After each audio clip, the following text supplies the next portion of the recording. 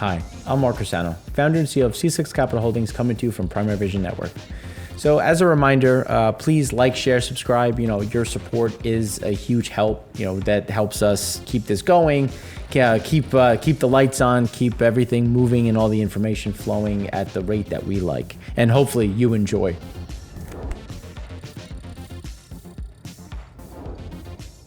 So with that being said, we are turning to the Frac Spread Count.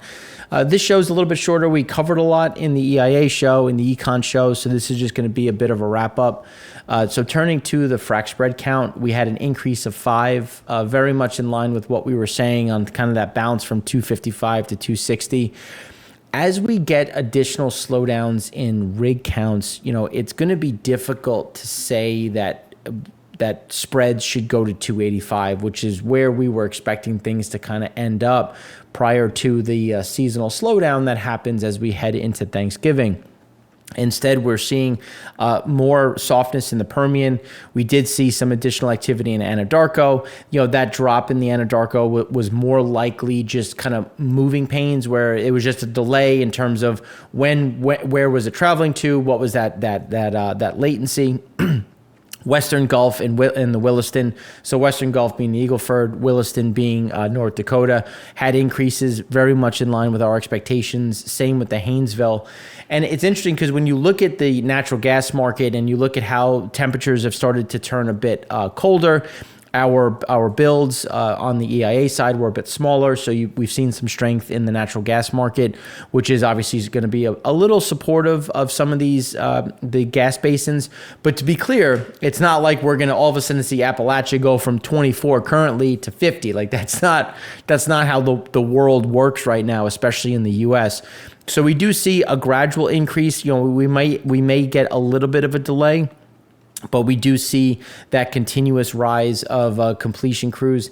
Instead of saying that we're going to see 25 from here, it's probably closer to 10 to 15 with some of that back and forth. If we get a much bigger pivot in activity, when you look at the rigs and how that's going to pare down, that's where we're going to have to kind of reassess as to what things look like.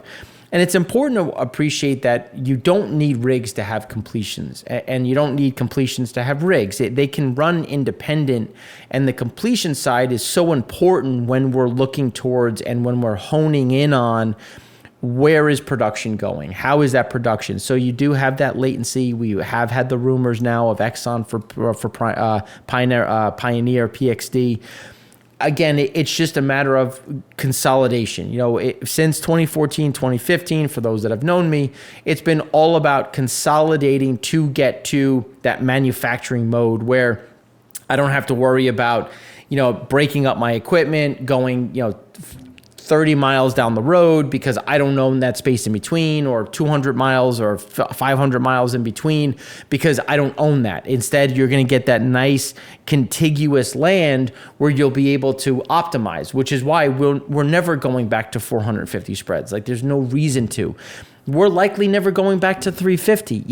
We don't need that level of activity to maintain current growth and to continue to hit what will likely become 13.3 million barrels a day on next year's exit rate. Now, when we look at rigs, oil rigs came down by 5, gas rigs were up by 2. One of the benefits when you look at it, directional was down by 2, vertical was down by 2, but horizontal was flat. A lot of that is because Texas dropped, but we had a nice increase in New Mexico. So remember, the horizontal is the key piece, and especially when you start looking at the horizontal, the frac spread count, that's where you really want to hone in on in terms of important drivers, especially as we get into that manufacturing piece. And you look at companies that are trying to not only manage, obviously, their cash flow, but also trying to make sure that they can meet their production quotas.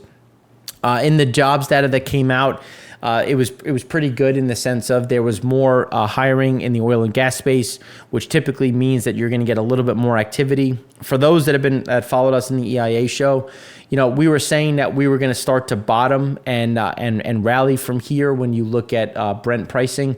We still think that's the case, especially when you start looking at the physical market, when you start looking at that overreaction to the downside. And this comes back to when people were asking us like, oh, Mark, you had a trading range of 88 to 96. Now that we broke above 96, are we going to 105? And our short answer was no. You had a lot of headwinds there.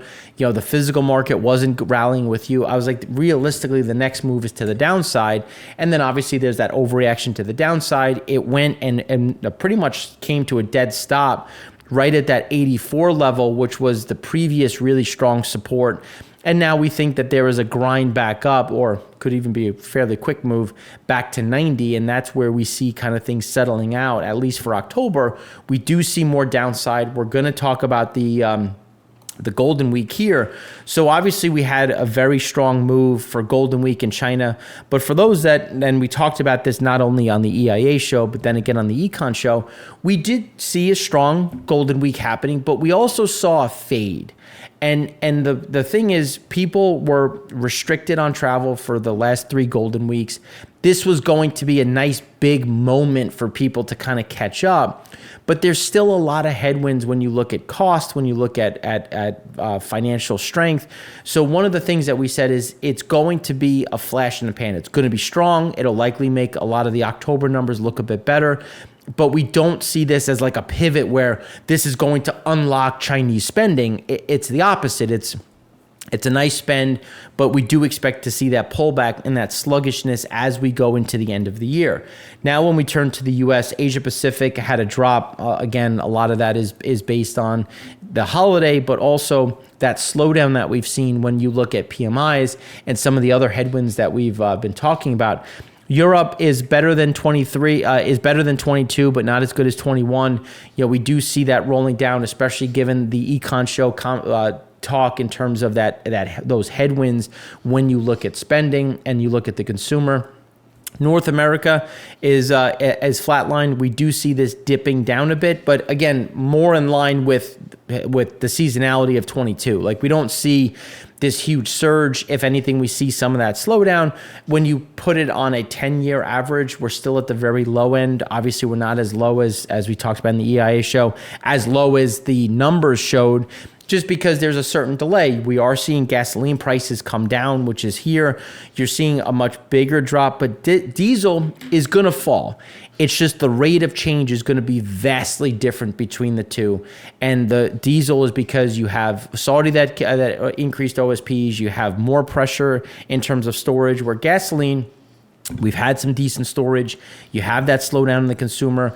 You had Europe that built at their seasonal highs. You have Singapore that built again. So there is more than enough gasoline. It's just the distillate side continues to be the problem.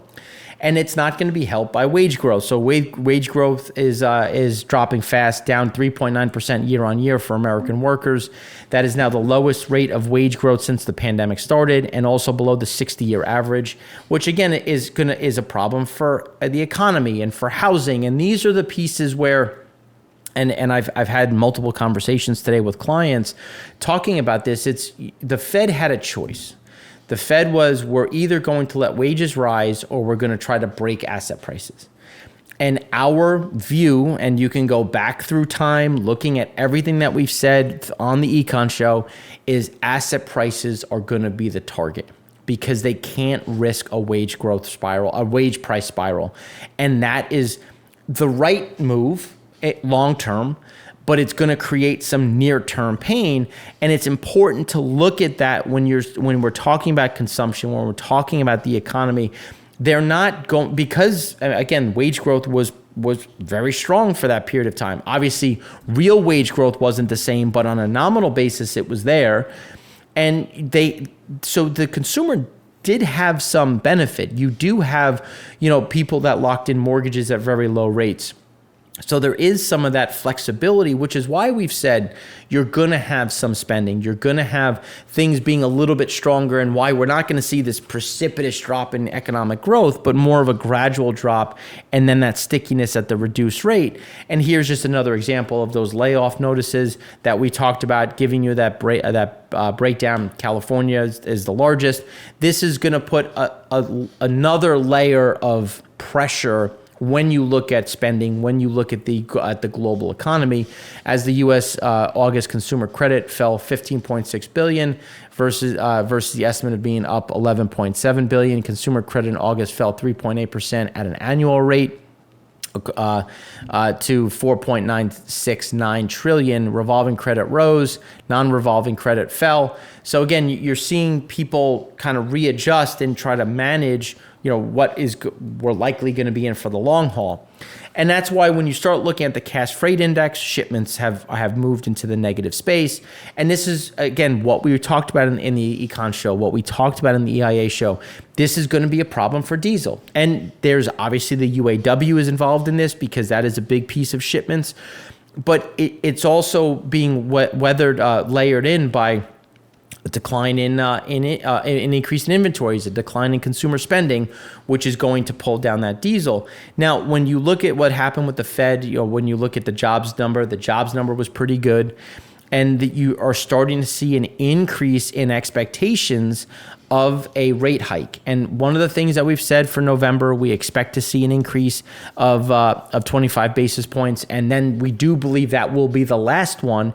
Maybe things slow down enough that they don't feel like they have to. But again, as we've been saying, the yield curve, the market was pricing in that additional quarter point. And that's what we think is starting to balance out. It's not surprising to see the market rally right now for, as my old boss used to say, too much, too fast. And here we are. But it's important to look at that taper tantrum and where we are today. So the global bond market sell-off is aggressive. Take the 10-year yield 10 years forward, that pink line, and it's now at 5.6%, by far the highest level since the 2008 crisis. The sell-off in the long end of the U.S. Treasury market is a challenge for high-debt countries everywhere, which is what we've been saying. But it's important because in 2013, 2014, in that taper tantrum, the Fed panicked and they cut rates and they did QE. You're not getting that here. And this is what we've been saying is they have no choice, because when you look at that flat line on the 2-year, on the 10-year, there was no reason to keep things there in 2021. I get 2020. It was a unique situation. There was no reason to keep things where they were all of 21. And that created this oversaturation, which is now, as my old boss would say, this is how QE ends. And again, and I use the example in 1995-96, a 5% 10-year, nobody would bat an eye. It'd be like, yeah, and? But now, because you have a whole slew of businesses that were built on sub 3% 10-year, you have people, I call them children, I'm not to say I'm old myself, but children that have never been in a rate rising cycle. They've never been in a period where the 10-year was going up. Lucky, unlucky, depending how you look at it. I started my career 2006 Morgan Stanley.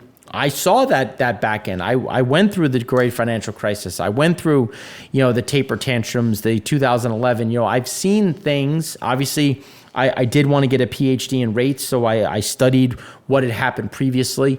So I do feel as though I'm in tune with it. Not to say I actively managed money through it, but I have managed money through a lot of ups and downs.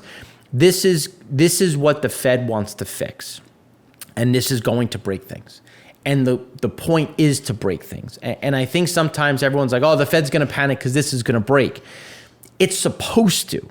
That's the point. We have a misallocation of cash. We have a misallocation of assets. The view that we were going to stop the business cycle means that the longer we held back that invisible hand, the more misallocated funds were. And that became the crux of the problem that is now going to be fixed faster and more violent than I think people want. But again, this is natural. It's not a bad thing. We need to purge the system. That's my rant. I will step down off my soapbox. And I will hope everyone has a great weekend. For those in Canada, happy Thanksgiving. For those in the U.S. that are celebrating Columbus Day, Indigenous Day, depending on how you view it, we hope you have a great long weekend. Thanks again for watching. I'm Mark Rossano, founder and CEO of C6 Capital Holdings, coming to you from Primary Vision Network.